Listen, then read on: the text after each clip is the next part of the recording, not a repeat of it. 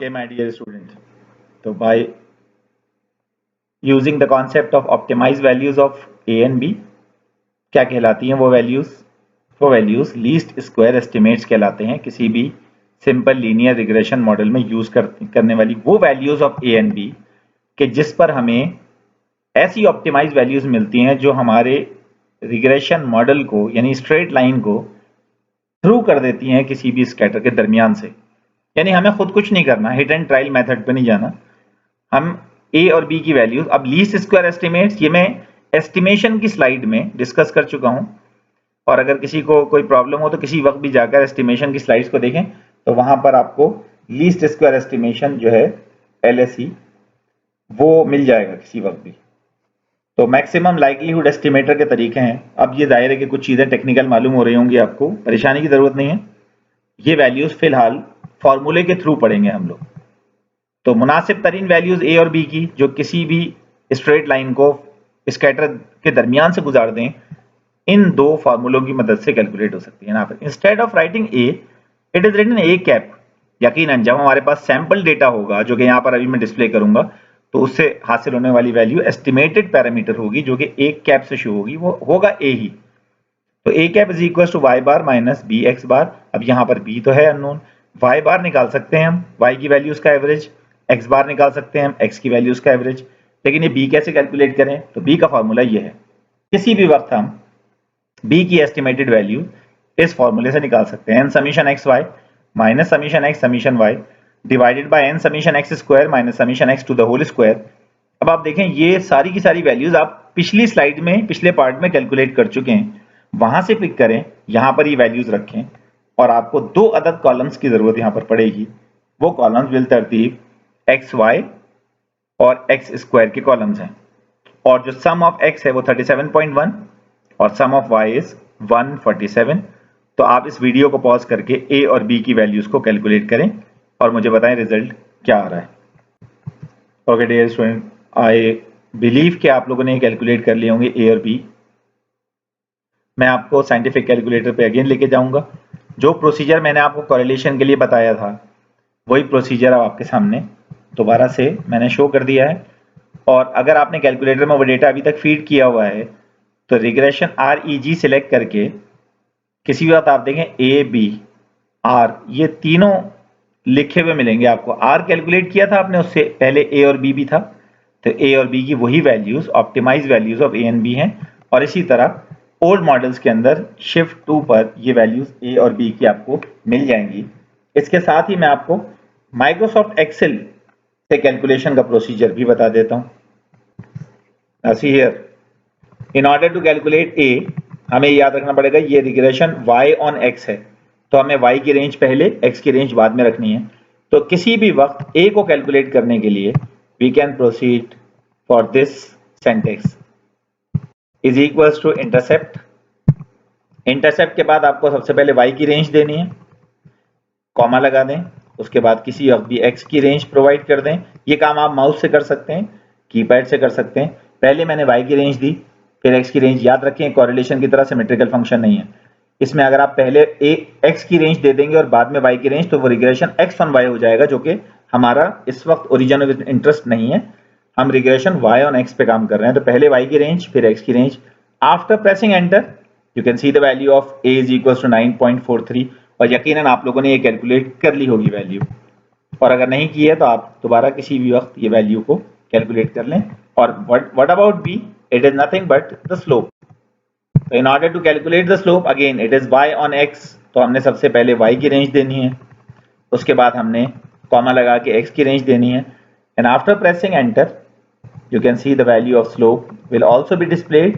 तो 9.43 a है और 1.673 जो है वो बी है, जो आंसर हमारे पास आ चुका है। तो सिंस हमारे पास आंसर आ गया है, तो हम प्रोसीड करेंगे मॉडल की तरफ।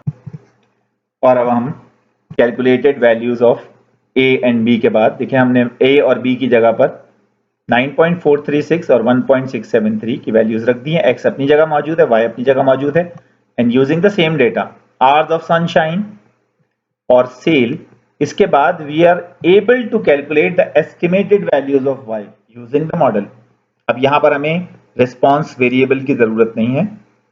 All we need to do is to put this x value here and then get the first result like this।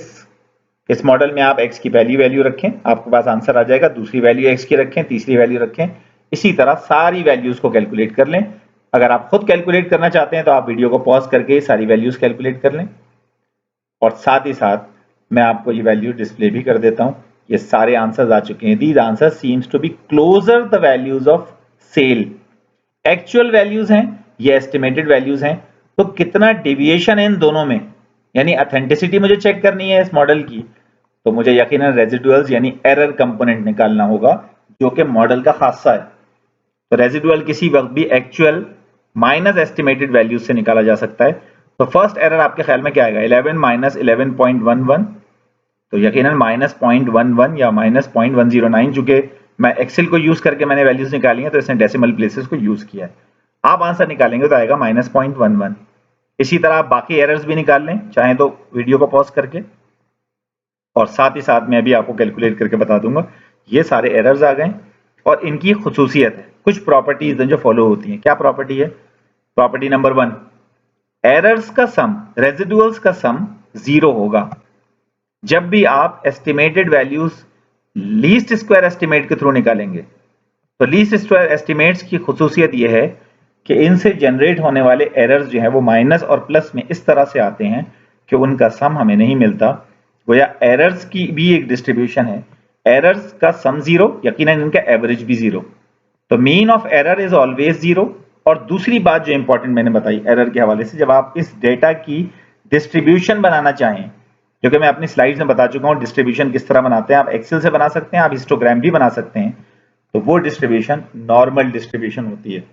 तो इस वक्त तकरीबन 9 वैल्यूज थी एरर की। इन 9 वैल्यूज के ऊपर भी ये काफी हद तक जस्टिफाई कर रहा है कि ये एरर जो है ये डिस्ट्रीब्यूटेड है नॉर्मली। और जब आप इन एरर का वेरिएंस निकालेंगे तो वही वेरिएंस जो डेटा का होगा वही वेरिएंस आपको एरर का मिलेगा। सेम वेरिएंस बट 0 एवरेज के साथ ये एरर डिस्ट्रीब्यूटेड होते हैं और ये डिस्ट्रीब्यूशन नॉर्मल डिस्ट्रीब्यूशन होती है। तो अब जब यहां तक हमने पढ़ लिया तो we are able to proceed for the concept of more regression models. अब रिग्रेशन मॉडल जो आपने इस वक्त तक पढ़ लिया है ये लीनियर रिग्रेशन है। अब लीनियर रिग्रेशन के बाद हम मल्टीपल लीनियर रिग्रेशन की सिम्त में जाएंगे। थोड़ा सा टेक्निकल कॉन्सेप्ट है, लेकिन अगर आप थोड़ी सी हिम्मत करें तो लीनियर रिग्रेशन के साथ साथ मल्टीपल लीनियर रिग्रेशन और उसके बाद मल्टीपल नॉन लीनियर रिग्रेशन के तजुर्बात को भी यूज कर सकेंगे। तो उसके लिए नेक्स्ट पार्ट पे मुझे जाना होगा क्योंकि वो थोड़ा सा टॉपिक बड़ा सा टॉपिक है, लिहाजा मैं इस वीडियो पर आपको पूरा नहीं बता सकूंगा। हाँ, ये जरूर है कि मैं आपको एक अदद केस जो है वो अभी बता दूं। अच्छा, उससे पहले एक चीज रह गई है, वो ये कि रिग्रेशन एनालिसिस अगर हम माइक्रोसॉफ्ट एक्सेल के थ्रू रन करें तो वो कैसे रन होगा वो देख लें। Now see, please see here, ये वही स्लाइड है एक्सेल की जिसमें ए और बी हमने मैन्युअली कैलकुलेट किए थे। तो अब मैं ए और बी की वैल्यूज आपको एक और तरीके से कैलकुलेट करना सिखा रहा हूं using the analysis tool pack. आप देखें एक्सेल के अंदर ये डेटा मेन्यू होता है, उस डेटा मेन्यू पे क्लिक करें, डेटा एनालिसिस का मेन्यू आ जाएगा। डेटा एनालिसिस के सब मेन्यू में जाएं आप, और यहां जाने के बाद आप देखें तो यहां पर रिग्रेशन का ऑप्शन विजिबल होगा आपके लिए। रिग्रेशन का ऑप्शन सिलेक्ट कर लें और आप देखिए यहां लिखा हुआ है input Y range, input X range.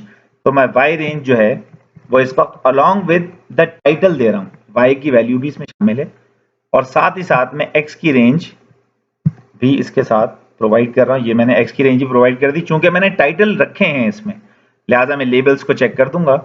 और एक काम और कर लीजिएगा, रेजिडुअल्स को भी चेक कर लें ताकि आपके सामने आउटपुट कंप्लीटली आ जाए। इतना काम कर लें, उसके बाद हम नेक्स्ट पार्ट की तरफ जाएंगे एंड साथ ही मैं आपको इसका रिजल्ट भी शेयर कर देता हूं। After pressing okay, you can C a huge analysis over here, और इसी एनालिसिस को हमने वन बाय वन स्टडी करना है।